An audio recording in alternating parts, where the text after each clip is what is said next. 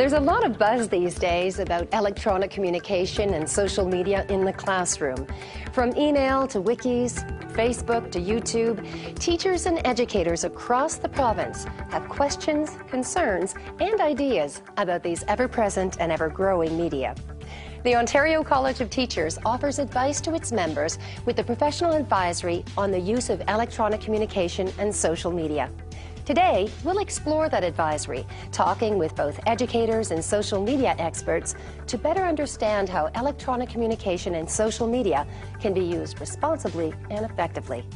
But first, a few words on social media. Talk to both teachers and experts in the field, and you'll learn that social media is more than a passing trend. For many students, it represents the single most commonly used avenue for communication and community.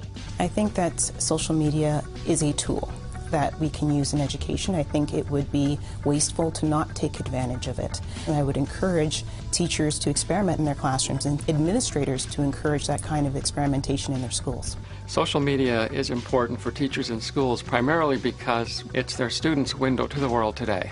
It's how they coordinate events, it's how they share photos and videos, and on a social level, it's really how students move their lives forward. I think if we don't use social media that we are doing a disservice to our students, because that's the way that they're communicating, that's what they're already doing at home. And I think there's a real danger by not teaching them how you can use these types of media in a constructive way. When you post something on the internet, the scary thing is, it's there forever. Many teachers in Ontario are already finding innovative ways to integrate social media into the school day, from the use of YouTube as a reference to the development of blogs for information sharing and class projects. I'm a dance teacher and I use YouTube with my students. I find social media very useful to deliver the curriculum and to communicate with students, to find examples. Sometimes the students record themselves and they can see themselves, they can broadcast their productions. I find it's a way to motivate students and also to reach them in something that they're really interested in. Well, last year I actually taught a self-contained congregated gifted class. Every student in the class had a Facebook account. Any type of lesson that I did, I tried to integrate some kind of media.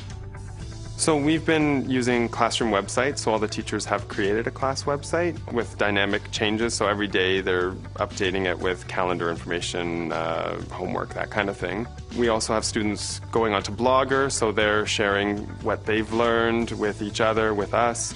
We also have them creating their own websites as a way of condensing their knowledge and information as well. We realize that this is an opportunity for us to teach them how to use the social media effectively and in a safe way, but also, a way for us to teach them as well the content and curriculum that we need to cover. With new media come not only new opportunities, but also new responsibilities. Electronic communication and social media are often conducted in public forums, which creates a need for attention to privacy issues, professional vulnerability, and legal implications. The Ontario College of Teachers Professional Advisory on the use of electronic communication and social media provides clear advice on these issues, including the need to understand that off-duty conduct matters when it comes to social media, awareness that there can be unintended misuse of electronic communication, and knowledge that the inappropriate use of electronic communication and social media can result in criminal charges or civil action. Social media experts and the Ontario College of Teachers Professional Advisory provide support for educators in making appropriate use of new media.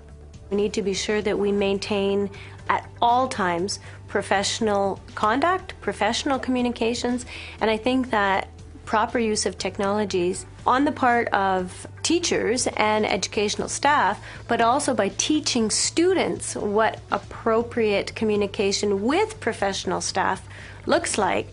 I think on both sides that there can be some good learning. Well, there are questions that teachers can ask themselves when communicating with their students. The questions they want to ask themselves is, if I post this, will it go everywhere on the site? Is it something I'd be comfortable with? And a teacher always wants to stay away from opinion. They want to stay away from being subjective, and they just want to be extremely objective, almost to the point of almost ultra generic in their description of what they want to communicate with students. If I wrote a story for my teacher and I wanted to share it with the entire world, I could. Having social media as part of my toolbox is, I think, essential to me as a teacher. I'm really always looking for ways that I can try and make a difference in the lives of my students, in the way that they learn and in the way that they can communicate. And it just seems like the perfect thing to use. Electronic communication and social media offer exciting new opportunities for reaching and teaching students. By paying close attention to professional boundaries and understanding potential ramifications, you can make social media appropriate, useful, and powerful.